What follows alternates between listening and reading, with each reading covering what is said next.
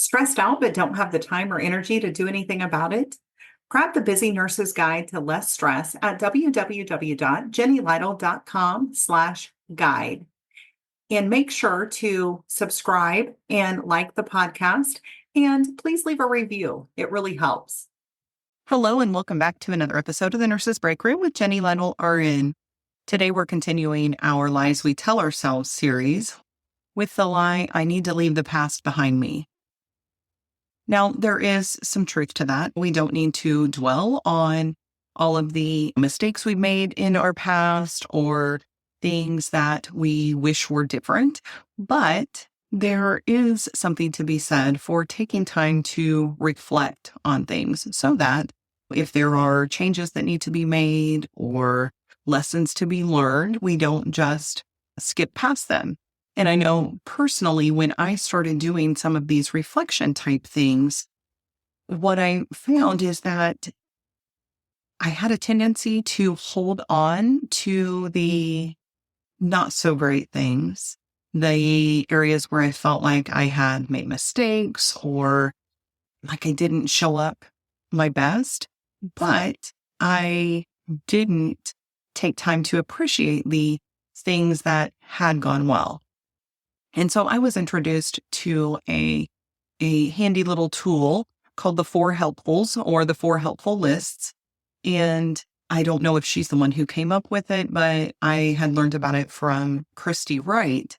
And it's super simple, not a real creative title, but it's something that you can use in just about any situation, really. And I like to use it if I've done a big project, or you can do it at the end of the week or the end of the month. But especially with us just moving into fall right now, even though if you're listening later, it definitely can apply to you as well.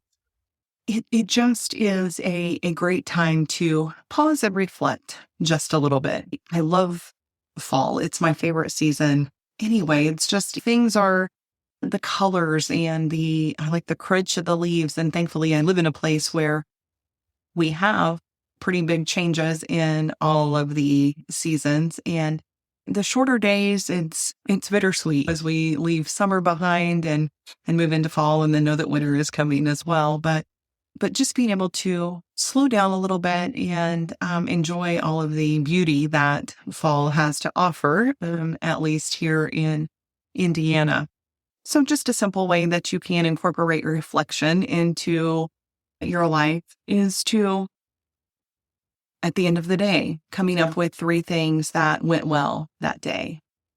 Or maybe things that didn't go well. You don't have to sugarcoat things, just pausing to realize there are things that go well in our days. There's things that don't go so well. And really, these questions could be used on a daily basis even. But regardless of when or how you do this, I do encourage you to just take a couple of deep breaths and just relax into the moment. And then as you reflect, think about what went right, what went wrong, what's confusing, and what's missing. And those are things that, like I mentioned, can relate to the past season, the past week, each day, looking at those things. And so when you do that, it's not just looking at those areas and going past that, but when you look at what went right, how can you amplify or do more of that? When you're thinking of what went wrong, what do you need to fix? What do you need to change to maybe not have those same things happen?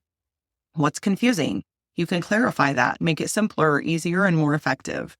And what's missing? And with that one, add it if you can. Come up with ways to be able to add that in.